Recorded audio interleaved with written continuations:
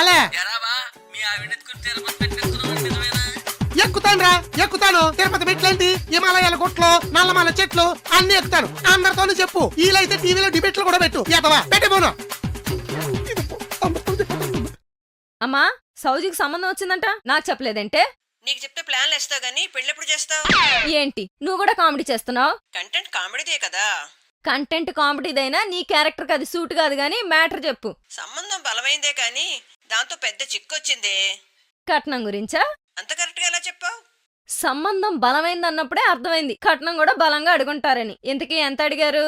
10 ఎకరాలు. అదేంటి దాని పేరు మీద 5 ఎకరాలే కదా ఉంది. మిగతా 5 ఎకరాలు నీ కట్నం కింద మీ ఆయన పేరు. ఓహో, అయితే ఇప్పుడు ఆయన సంతకం కావాలి. మీ ఆయన ఎందుకు పెడతాడే? ఎందుకు పెడతాడు?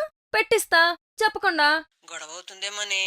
మరి బలమైన సంబంధం కావాలనుకున్నప్పుడు బలమైన పనులు కూడా చేయాలి. మీరు కూడా చెప్పకండి, మిగతాది నేను చూసుకుంటా. సరే. ఇంత సంతకం ఎలా పెట్టించాలి? ఉన్నాడు కదా బాస్, వాడేద్దాం. మా అందంగా ఉండడానికి తినడం, అందంగా ఉండడానికి పావడం. కానీ నీకు అలా సాగుతుంది. అన్ని కరెక్ట్గా సరిపోయినాయా? టేస్ట్ చేసి చెప్పు. వద్దులే, రాసుకుని నువ్వే చూసుకో. ఏదో గొలకరే మొహం నువ్వు. ఏమండి ఏమైందండి? చాటా కంపెనీ ఫైల్స్ మీద సైన్ చేశారా? చేశాను కదా బ్యాంకాక్ లో. ట్రిప్ వెళ్తే సంతకాలు ఎలా చేస్తానే? ఫైల్స్ ఏమన్నా ఫ్లైట్ లో వస్తాయా? లేదు, బాస్ కి ఫోన్ చేస్తే అంజిగడ తెస్తాడు. చెయ్యండి. అవును కదా, చేద్దాం. ఈడేం చేస్తున్నాడు?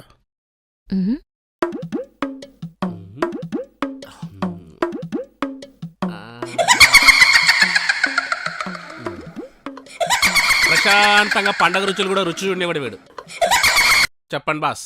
నేను బాస్ ఏంటి బాస్? మీరు కదా బాసు. పేరుకే నేను బాసుని గాని నాకు బాసు నువ్వే కదా. చెప్పు, ఎందుకు ఫోన్ చేసావు? ఏం చేస్తున్నారు బాస్? మా అక్క దసరాకి అరసలు చేసి పంపింది, తిందాం అనుకున్నా, నువ్వు ఫోన్ చేసావు.